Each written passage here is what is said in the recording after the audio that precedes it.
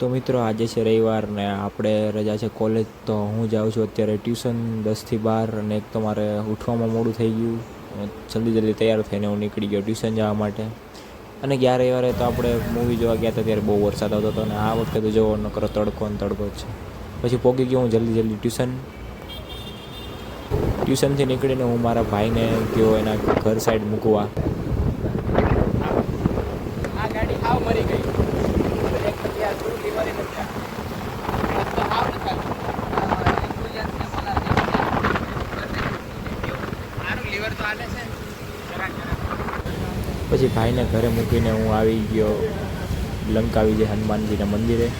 અમારા પુલ જે પૂરું થાય છે ત્યાં જ છે અને આ છે અમારું તાપી નદી, સુરતની તાપી નદી.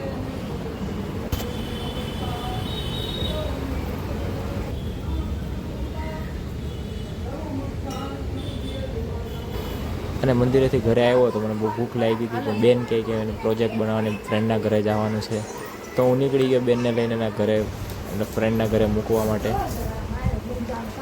નહીં તો તડકો હતો તો મેં મોઢે રૂમાલ બાંધી દીધો અને આ જો પૂઠા લઈને નીકળી ગઈ.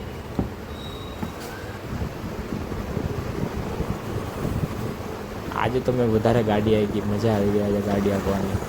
પછી આવી ગયો બેનને મૂકીને ઘરે પાછો. પછી મેં જમી લીધું ને સાંજે જેવી પડી તો 4 વાગે મારે પાછું ટ્યુશન જવાનું હતું, કારણ કે સ્ટુડન્ટને એક્ઝામ આવે છે એટલે 2 ટાઈમ ટ્યુશન હતું આજે. તો હું પાછો ટ્યુશન આવી ગયો તો પહોંચી ગયો. ટ્યુશનથી હું મારા ભાઈને મારી બેનને લઈને જતો હતો ઘરે. ઓલો પગ ખવડાવે છે. कोई तरीका है भीख मांगने का? भीख तो हाथ जोड़ के मांगते, आप लोग तो दादागिरी कर रहे हैं. મારી બેનને મેં લઈ લીધી એના ફ્રેન્ડ લોકોના ઘરેથી. પગ ખવડાવજો ને પગ. નહીં મને સંભળાતો નથી, મને બેરાતું. अबे साले આ ઇજ્જત ના પડે ભાવ ભાઈ પૈસા નથી ભીખા માણસ ખવડાવે ને એવું થોડું પડે. પછી ભાઈને એના ઘરે ઉતારીને આવી ગયો હું ને મારી બેન ઘરે.